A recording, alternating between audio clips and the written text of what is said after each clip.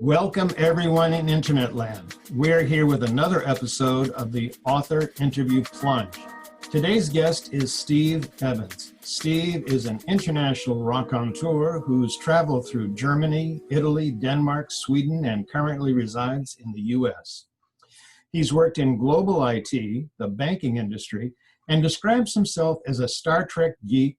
And through all this, he found time to get married and have two wonderful children. Steve publishes under the name Tobor Eichmann and John Cipher, something we'll learn about in a minute. I'm going to read an excerpt from Steve's novel, The World of Adam Dunn. Outside, leaves were falling as the wind billowed through the tall maples in the small town of Somerville, Oregon. One leaf in particular caught Adam's eye. It was a bright red leaf that seemed to take on a life of its own. It strangely went against the wind, briefly lingering in the air prior to landing on the back of a man standing next to one of the tall maples. That is a nicely evocative phrasing. It blends detail with emotional distance. I'm hoping Steve will share some of how he manages to pull that off. Please welcome Steve Evans, AKA Tobor Eichmann. Happy to be here. Thank you so much. Good to have you. All right, let's get into the questions. What books have you written, Steve? So I've written, as you mentioned, The World of Adam Dunn, and I've written also a book that's whimsically titled The Fine Art of Internet Troll Slaying. And so far, I've written two. I have a third one in my brain that I'm working on. And yeah, I hope to publish that sometime in 2018. Very good. You write under the name, or you have written under the name, Tobor Eichmann. How did you come up with that as a pen name? Yeah, Tobor Eichmann, and I get that question a lot. I am a fan of these old 60s cartoons, black and white, and one of my favorites was entitled Tobor the Eighth Man. And so I'm thinking, wow, that's maybe I can use that name to write under, use it as a synonym. But Tobor the Eighth Man doesn't make sense. So the closest thing I could come up with, Tobor Eichmann, which is a real name. And I've used in my other book, I've used another cartoon character, Johnny Cipher in Dimension Zero. So I take these names that are derived from these old cartoons.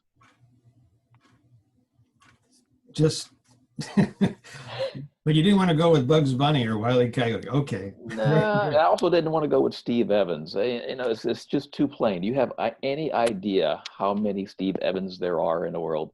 Well, no, because I know for a fact how many Joseph Caravises there are in the world. So it's not a very common name. Yeah.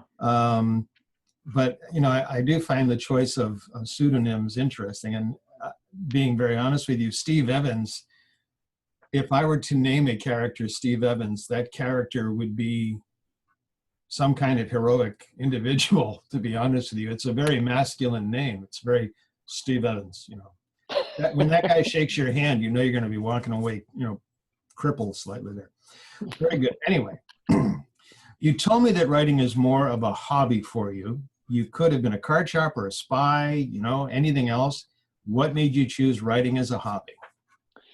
Well, I have an overactive imagination, and because with my kids, I just invent stories all the time, and it just, I don't know, it gets their attention, it fascinates them, and I used to read them bedtime stories, but then it kind of morphed into, oh, this is Major Matt Mason joining the scene, and I bring these characters together based on their toys, and they're enthralled. And so I've always had an active imagination, even as a kid. And so I think my earliest memory of being able to write or having any type of gift of writing was when I was in the 6th grade. And I remember we had a substitute teacher that came in and for a week. And I think one day we were a bit too rowdy. And so she had everyone just write an essay for like an hour and a half or something like that. And I wrote a story, and I remember to this day about a boy that basically hated his parents, hated the world, and he found this magic stone in his backyard, and he wished himself to a far off island. And so he's on this far off island, but he got lonely. So for companionship, he said, "Give me a TV." So that was his only wish. And so, he had food and everything, but so he can watch the world, and he just hated the world. And he wish after wish after wish. He saw all these bad people on TV. He's like, "I wish this person was gone. I wish that person was gone." Long story short, he got tired of that island. He came back, and everybody was gone. Yeah. So, and the teacher actually read it, and she wrote on the paper, "Wow, what a good story." But I wasn't shocked that she liked my story. I'm actually shocked that she read it. So for me, as a grade schooler, I'm thinking this is just busy work. So anyway. I think that's a fascinating sounding story. I think we need to clarify for the audience, though, that you do not write young adult novels. Is that correct? Correct. Okay. Because I know the Adam Dunn character, he's a high schooler or junior high? Well, no, he's a 10-year-old. Oh, okay. He's a 10-year-old, but yeah. So I don't have a specific genre, and that's maybe that makes me a bit unique. So the fine art of internet troll slang, and it's in its own genre by itself. Adam Dunn is about a 10-year-old that he had a trauma a year ago. In the story, he had a psychological trauma a year ago. And because of that, his memory is gone, and he blocked it out. And at the same time, his parents don't really want to discuss it, which makes it equally frustrating. But so you're looking at the world through the lens of a 10-year-old, and the truth is trying to manifest itself through these horrifying visions that he's seeing. And it's just traumatic experience for him. And at the end, the truth comes out, and yeah. So no spoilers. No spoilers. No spoilers at all. No, sorry. No. That sounds fascinating. And the story you wrote in 6th grade, I'm guessing you've been influenced by the Twilight Zone to a small degree there. Oh yes, and Outer Limits. Yeah, especially Outer Limits with the twist at the end. Yes. I love it. Yes. Okay, I've lost my place here. Sorry. Sorry. You also told me you pulled your first publication and plan on revision republishing. I guess your first publication was the Internet Troll Slang. Yes. Okay. I think it's very brave when someone pulls a book they've already released. Could you share some of your thoughts on that and your reasons for it? Yeah. So the Fine Art of Internet Troll Slang, published under the name originally John Cipher. I didn't really feel comfortable with it because I got the idea based on, everyone, I wouldn't say everyone, but a lot of people, they go through their life and believing one thing because that's what they're taught from the very beginning of their life. And, but then as you get older, you start paying attention to more things that affect you personally, things that affect your family. And so when you're watching the news, and I'll give you an example, on 6 o'clock news, they'll say, "Oh, and then we all know that the world is flat," and like, wait, what? And then so you have people then reinventing history on the 6 o'clock news that is not true. And so at the same time, you have a lot of people believing it because they're just so distracted by everything else that they don't pay attention to history. They don't care about history. And so what motivated me to write this book is that a lot of um, controversial topics are battled online every single day. And a few of those things affect me personally and my family personally. And so I went online to start commenting about them. And I couldn't believe the backlash that I was facing because, this is my personal experience. I'm telling my personal experience. And then people are calling me an idiot, a paranoid conspiracy nut. It's like, wow, this is history. Are you kidding me? And so, but rather than, I learned over time, remove emotion out of it. So you got a lot of trolls that come on and you have classifications of trolls from people that just want to hurl insults, then the other type that just want to use really big words to call you an idiot, basically. And you have to pull out your dictionary. It's like, what the heck does that mean? And so I think that over time I'm going to write a book as part of my therapy to get my thoughts out there, but at the same time take a comical approach to it. And so I pulled it because I thought it was too much about like the world according to Tobor Eichmann.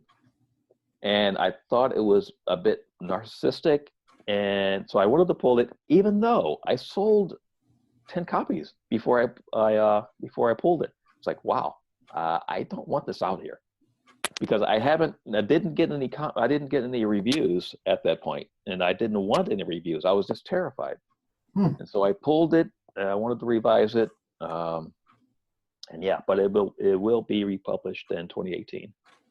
Okay, and just as a point of reference, you said that these were the thoughts of Tobor Eichmann. These were the thoughts of John Cipher on the internet trolling book, though.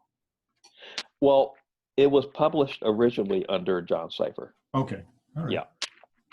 Just want to make sure. And I changed that name. Part of the reasons I changed that name is because John Cipher, there's a political philosopher by the name of John Cipher, and I didn't want to get anyone confused by the name. Okay, I accept that. So you mentioned that you're going to be re-releasing Internet Trolling in 2018. You also said earlier that we can expect your next book, I'm guessing some other book than Internet Trolling in 2018. What are we going to see? What's going to be the next book, the next topic? Well, it won't be about internet trolls, the third. I have a book in my head, and I just started typing it out in parallel to the revision for Troll Slaying. I haven't titled it yet, but it's going to be a science fiction trilogy. A trilogy? Yes. Oh. So I'm hoping to build on the success of my first two books. Okay, and it's going to be a trilogy. Your tentative title is Foundation. Yes. Yeah. Why not? Why not? Okay. I'm thinking of the title Ages, but I don't know. I don't know yet. TBD. Very good. What is the greatest obstacle you encountered in completing your first published work? I would say my greatest obstacle is finding the time. So writing is a hobby, as you mentioned, and my day job is very time consuming, annoyingly. And, when I was writing my first book, it actually took 3 years. Yeah. I'm sorry. Adam Dunn took 3 years. Sorry. Adam Dunn took 3 years because I originally released it, and it took me 6 months just to type out maybe less than 100 pages. Hmm. And because I wasn't an experienced writer, it was bringing ideas to print. And a lot of people are really good story or have a really good imagination, but bringing that to print is something completely different, and telling a story. So, but to answer your question, the greatest obstacle is finding the time. And when I pre-released the World of Adam Dunn, it was sort of a short story. And the feedback that I got was that, wow, it's a really good story, but it's short and it ends flat.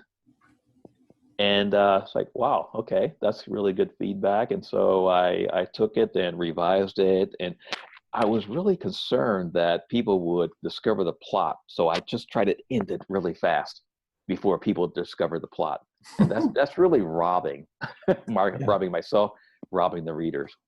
And so I took it and I revised it. I was like, I can do this. I can tell a story, and I could tell a compelling story to hide the plot. So it was a process. Very good. Okay, so writing is a hobby. It took you 6 months to type out Adam Dunn, 3 years basically to construct it all. So let's make believe you can write full time. What's your dream project? My dream project is that trilogy that I mentioned, because that would take almost a lifetime, I think. A really good one. Well, I'm hoping you get it out before then. I'd like to read it. Yeah, I do too.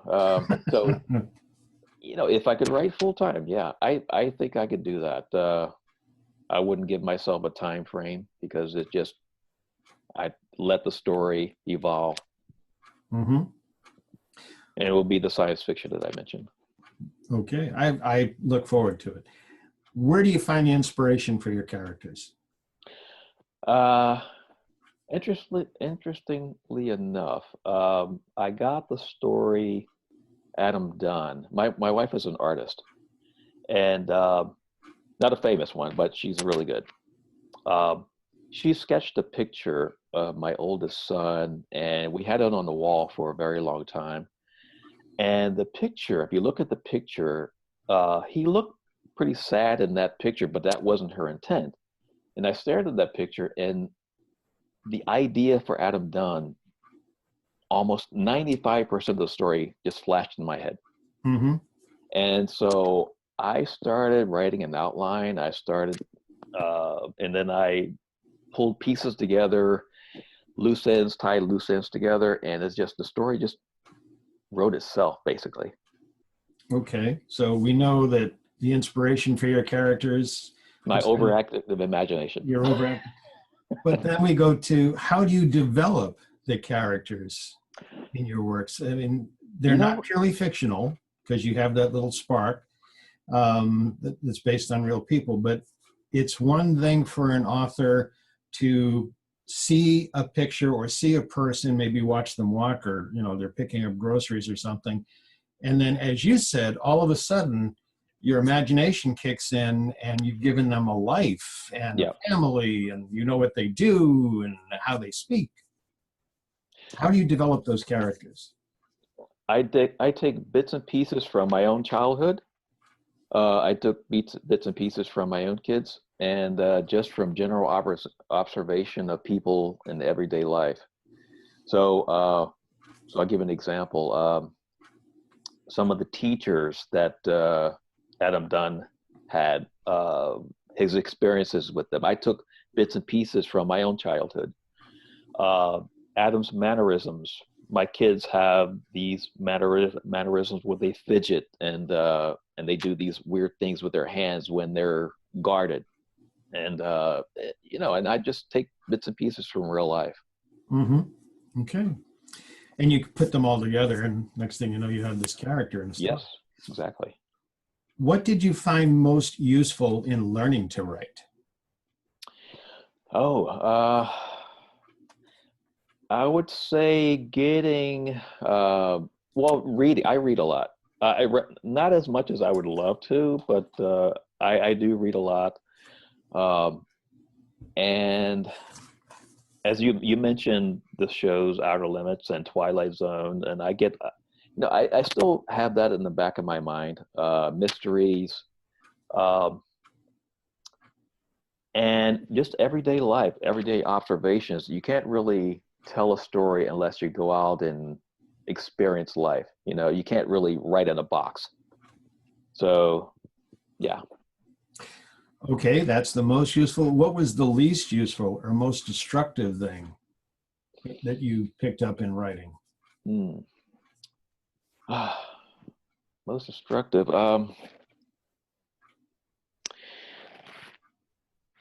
Well, I would say, and it's still to be seen. I mean, writing from a first person's perspective, and it's still, I'm my own worst enemy. It's the troll slaying book. I pulled it because this is from my perspective, and writing from my perspective, I think, is the most destructive because, as I said, this is the world according to Tobor Eichmann. It doesn't mean it's reality. Um, yeah, just getting input from different people. If I want to write that type of book, I want to remain in that type of genre. Okay. So you have this history in IT and the banking industry, which, as I understand them, they are very logic-based disciplines. Do you write more by logic or intuition? You also mentioned that you have these flashes of inspiration, which to me is intuition. So logic, intuition, some combination of the two? I would say a combination. Logic and troll slaying. I use logic quite a bit because the approach in quote unquote slaying these trolls is using logic, and and I entrap these trolls by their own logic, or twisted logic, I would say. Um, and intuition, I would say I used intuition as well because I know what they're going to say, and so and because it's the same. It doesn't matter what topic you're talking about because they come with the same arguments time and time again based on something that they haven't read or just something they hear on the 6 o'clock news without thinking for themselves.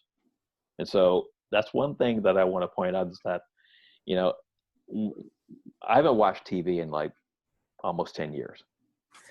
And I hate the only time we ever watch TV is just, recorded movies or things, something like that. Um, we've lost the ability to think for ourselves. Um, and that's I would say the number two motivation for writing troll slaying. And so trying to teach people to think for themselves, don't react out of emotion, use logic, think for yourself, stop believing everything you're told. I encourage that, and let me know how that works for you. Yeah, I sure will. What is something memorable you've heard from readers and fans? I still have on the back of my mind that,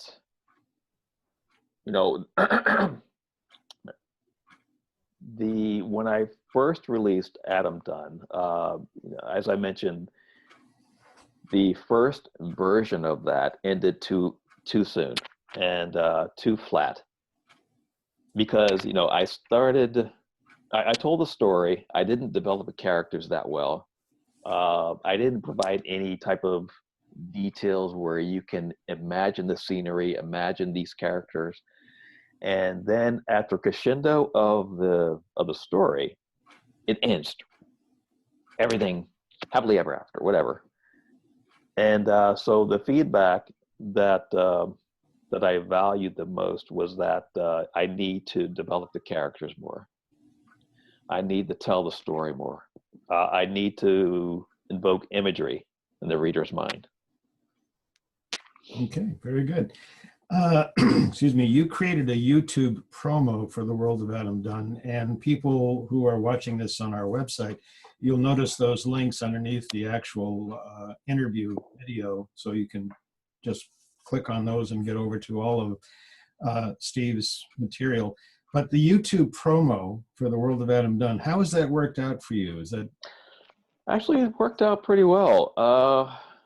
I don't go by the number of views, and I'm a visual person, and I thought it would make sense to build up suspense in the reader's mind. So, assuming that a lot of people, go to YouTube and are viewing this content, they see, oh wow, doesn't really go into what the story is.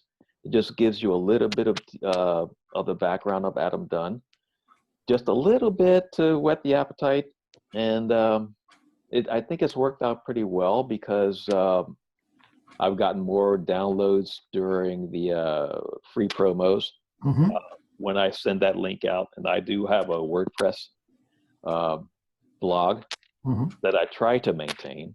Doesn't really work out that well. I don't use Facebook, but I rely on other people's Facebook. I'm just a leech that way. And so whenever I do have these free promos, that's the #1 link that I do send out, and it works out pretty well, I think. very good? You mentioned during our previous discussion an automated submission tool for free book promotions. Could you tell us about that, the name of that? Yeah, it's called books, and I have to bring that up, but it's called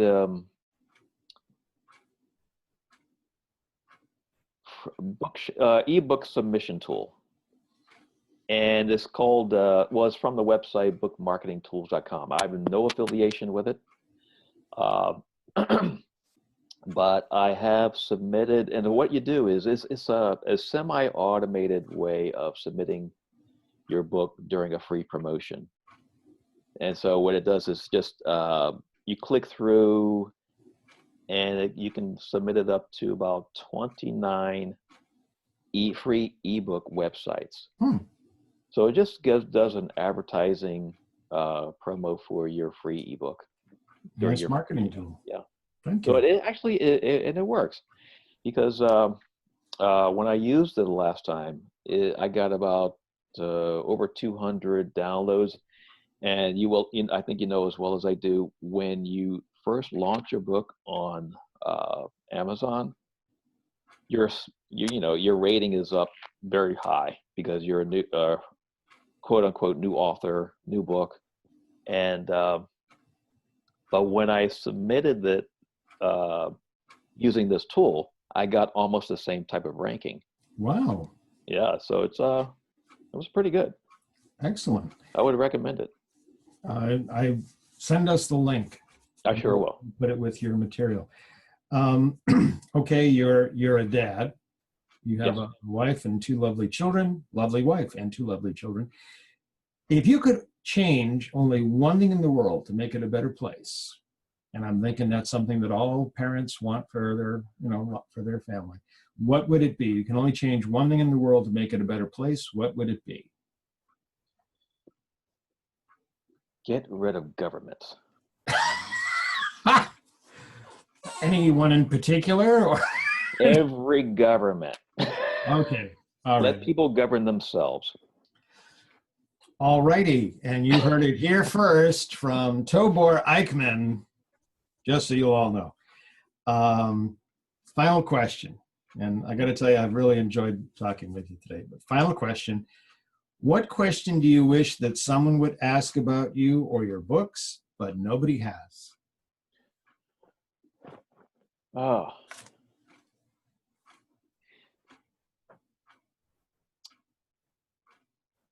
Which genre would I find most interesting? So, yeah, I haven't gotten that question yet. Okay, very good. Steve, aka Tobor Eichmann, I would like to thank you so much for taking part in the author interview plunge. I've had a great time talking with you. I hope you've enjoyed it as well. I have. I have. Thank you so much. My Great pleasure. talking to you. Take care. You too. Talk to you later. Talk to you Bye-bye. later. Bye-bye.